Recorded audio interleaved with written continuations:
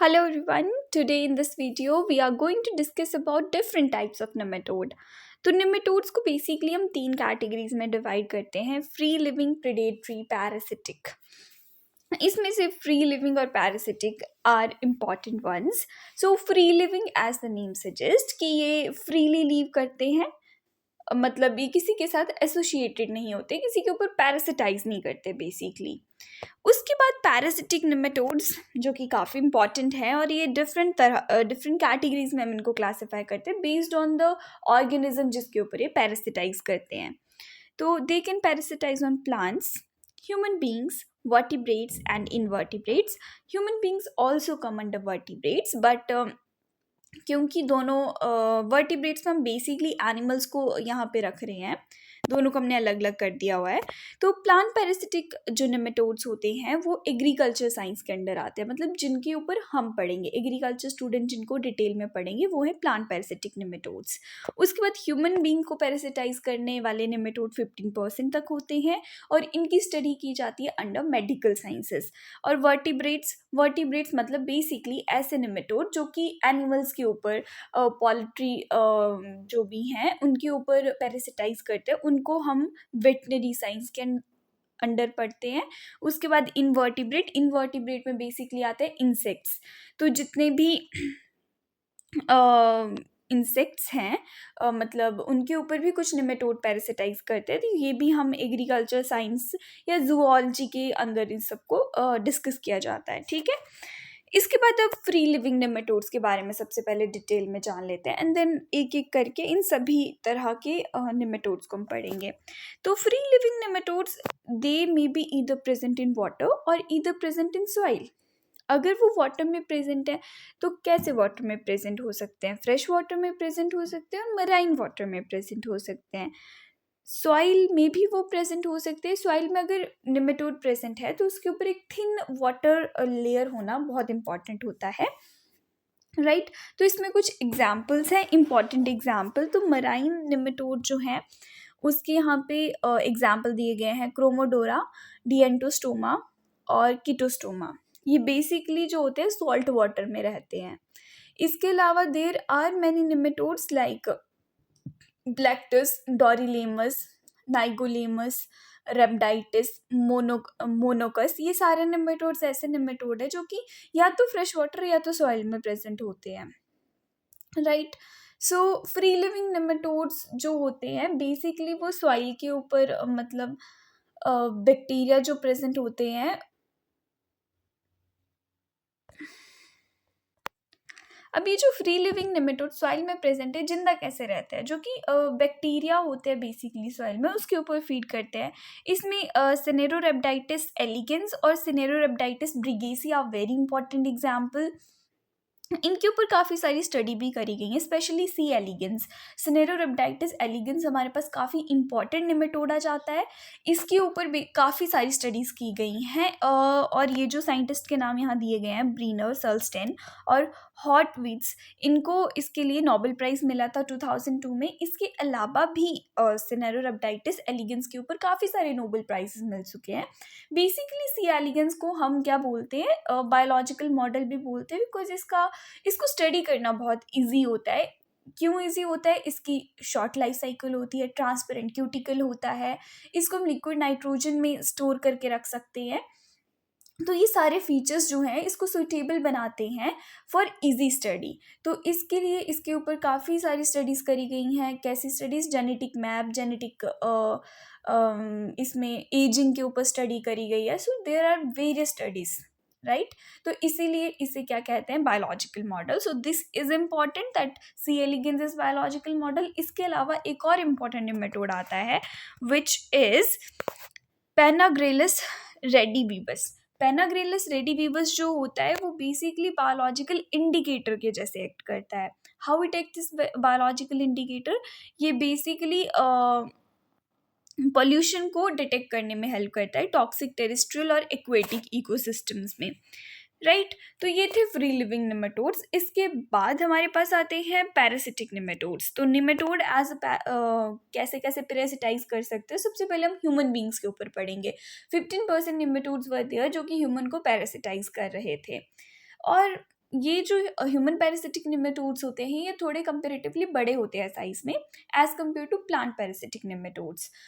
इनको हम naked eye से देख सकते हैं, तो इसके काफ़ी सारे एग्जाम्पल्स यहाँ पे दिए गए हैं। सबसे कॉमन एग्जाम्पल और इम्पॉर्टेंट एग्जाम्पल है एस्कैरिस लुम्ब्रिक्वाइड्स। इसे राउंड वर्म भी कहते हैं। ये बेसिकली इंटेस्टाइन के अंदर हमें देखने को मिलता है। इसका अडल्ट 40 सेंटीमीटर्स तक लॉन्ग हो सकता है और 25% ऑफ वर्ल्ड पॉपुलेशन जो है वो इससे इन्फेक्टेड है, राइट। और इसकी जो फीमेल है वो 2.7 मिलियन एग ले कर सकती है। तो यू कैन इमेजिन कि कितना ज़्यादा ये जल्दी रिप्रोड्यूस करते हैं। और बेसिकली ये अनीमिया कॉज करता है और इससे इंटेस्टाइनल ब्लॉकेज जैसी दिक्कत भी हो सकती है। इसके बाद है हमारे पास एंटेरोबियस वर्मिकुलरिस। इसे पिनवॉर्म भी कहते हैं और ये पैरासाइट है कहाँ का, सीकम का। Caecum is also a part of this intestine, large intestine, caecum, colon, rectum, ये सारे पार्ट होते हैं। तो ये सीकम का पैरासाइट होता है, 1 सेंटीमीटर तक लॉन्ग होता है। एंटेरोबियस में बेसिकली क्या होता है कि ईचिंग होती है एनल एरिया में। बच्चों में ये इन्फेक्शन काफ़ी ज़्यादा देखने को मिलता है। रात को इचिंग देखी जाती है क्योंकि फीमेल जो है वो एग ले करती है एट नाइट। इसके बाद हमारे पास अगला जो नेमेटोड है दैट इज़ वुचेरिया वैनक्रॉफ्टी। इसे फाइलेरियल वॉर्म भी कहा जाता है और एक काफ़ी फेमस डिजीज इससे होती है जो कि पहले भी आपने शायद पढ़ रखी होगी, जिसका नाम है एलिफेंटियासिस। एलिफेंटियासिस में क्या होता है, जो लिम्ब होते हैं, पैर होगा, जेनाइटल्स होंगे, वो स्वेलअप हो जाते हैं, वो बड़े हो जाते हैं साइज में।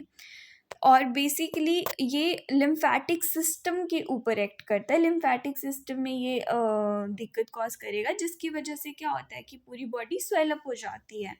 और ये इंडिया में कहाँ कहाँ देखी जाती है, साउथ इंडिया में बेसिकली, वेस्ट बंगाल में, बिहार, उड़ीसा, ईस्टर्न पार्ट, इन सब में देखी जाती है। और इम्पॉर्टेंट थिंग कि ये मस्कीटो के थ्रू ट्रांसमिट होती है। इफ़ यू रिमेंबर, अगर किसी ने बायोलॉजी पढ़ी होगी 11th-12th में, तो ये था, उसका जिक्र था उसमें। इसके बाद अनदर इम्पॉर्टेंट निमेटोड ये जो है वो ऑन्कोसेरा वॉल्वुलस है। ऑन्कोसेरा वॉल्वुलस जो है वो भी फाइलेरियल वॉर्म है, वुचेरिया वैनक्रॉफ्टी की तरह, राइट। और ये सबक्यूटेनियस टिश्यू में पाया जाता है। सबक्यूटेनियस टिश्यू में हमें एक और नेमेटोड पढ़ेंगे आगे। और इससे इम्पॉर्टेंट जो दिक्कत होती है that is river blindness. River blindness disease से होती है बेसिकली। इसे ऑन्कोसिरियासिस भी कहा जाता है, रिवर ब्लाइंडनेस को ही। ये बेसिकली अफ्रीका में, साउथ अमेरिका में, यमन में, यहाँ ज़्यादा जो थी, कॉमन थी, राइट। और इसको ट्रांसमिट कौन करती है, ब्लैक फ्लाई। ब्लैक फ्लाई जिसे साइमूलियम भी कहा जाता है, ठीक है। इसके बाद अनदर नेमेटोड जो हमारे पास आता है दैट इज़ एनसाइक्लोस्टोमा डुओडेनल और निकेटर अमेरिकेनस। ये बेसिकली हुकवर्म्स हैं। ऊपर हमने कौन कौन से राउंड वर्म पढ़ा, पिन वर्म पढ़ा, फाइलेरियल वर्म पढ़ा, दिस इज हुकवर्म। तो हुकवर्म बेसिकली क्या करता है, ये इन्फेक्ट कर, बहुत ज़्यादा वर्ल्ड की पॉपुलेशन इससे इन्फेक्टेड है और बेसिकली यूरोप में काफ़ी ज़्यादा कॉमन है।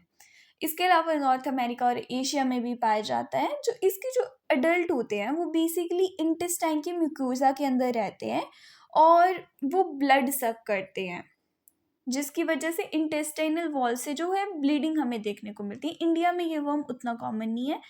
इसके बाद अनदर एग्जाम्पल इज ड्रैकनकलस मेडिनेंसिस। ये जो वर्म था अब इंडिया से रेडिकेट हो चुका है, पहले इंडिया में पाया जाता था। ये भी सबक्यूटेनियस टिश्यू में पैरासिटाइज करता है और 50 मिलियन पीपल जो अफ्रीका और एशिया में इससे इन्फेक्टेड है। मतलब ये काफ़ी ज़्यादा जो है ये निमेटोड कॉमन होता था और बेसिकली इन्फेक्टेड वाटर से ये फैलता है। इसको अगर हम स्किन से, ये सबक्यूटेनियस टिश्यू में होता है बेसिकली, तो इसको निकालने के लिए वी यूज़ निडल और उसके चारों तरफ हम इसको राउंड राउंड राउंड घुमा के स्किन से बाहर निकालते थे। सो दिस वॉज टेक्निक जो कि यूज़ होती थी इंडिया में पहले, जब ये काफ़ी ज़्यादा कॉमन था। इससे क्या होता है कि ब्लिस्टर्स फॉर्म हो जाते हैं स्किन में और काफ़ी दिक्कत करता है ये। तो I will also show you image कि किस तरह के इसके सिम्टम्स होते हैं, मतलब फफोले से हो जाते हैं स्किन में। इसके बाद ह्यूमन पैरासिटिक निमेटोड्स के बाद आते हैं अदर वर्टिब्रेट। अदर वर्टिब्रेट्स के मतलब एनिमल्स और जो पोल्ट्री जो भी हमारे पास हैं उनके निमेटोड्स हम इसमें देखेंगे। तो इसमें ट्राइक्यूरिस स्पीशीज़ है जिसे विबवर्म कहा जाता है। डायोसाइटोफाइमा रिनील है जिसे किडनी वर्म कहा जाता है। ये 3 फीट तक लंबा हो सकता है और बेसिकली किस किस में पाया जाता है, डॉग्स में पाया जाता है ज़्यादा जो है ये। फिर हिमोनकस कॉन्टोर्टस है। तो ये बेसिकली इसमें हीम वर्ड आ रहा है तो मतलब ये ब्लड से रिलेटेड होगा। तो बेसिकली क्या करता है, ये ब्लड सकिंग नेमेटोड होता है और ये अनीमिया कॉज करता है। शीप में, गोट में और कैटल में ये पाया जाता है। इसके बाद है ट्राइकोस्ट्रोंगाइलिस।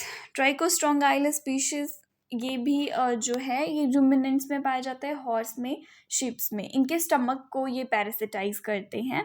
इसके बाद है एस्कार्डिया गैली। एस्कार्डिया गैली जो है वो एस्कैरिड वर्म है और ये भी स्मॉल इंटेस्टाइन में पाया जाता है। कॉमनली चिकन की स्मॉल इंटेस्टाइन में ये मिलता है। इसके बाद हमारे पास जो है इंसेक्ट को पैरासिटाइज करने वाले नेमेटोड्स हैं। तो ये Mermis nigrescens is very common example. Mermis nigrescens basically grasshopper को पैरासिटाइज करता है।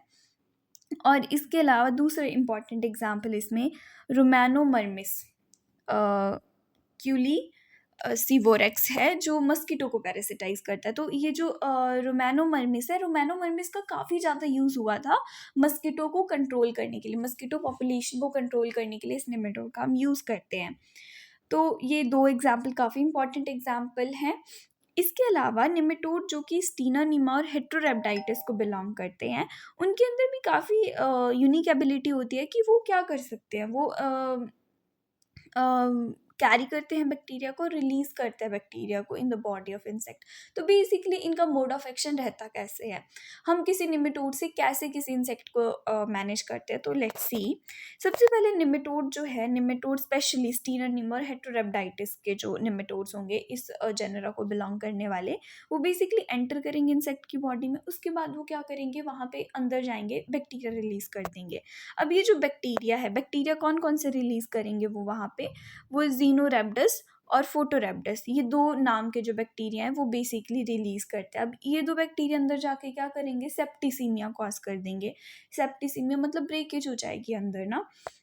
अब इसी सेप्टिसीमिया की वजह से क्या होता है, इंसेक्ट मर जाता है। तो इस तरह से हम थ्रू निमेटोड्स इंसेक्ट्स को मैनेज कर सकते हैं।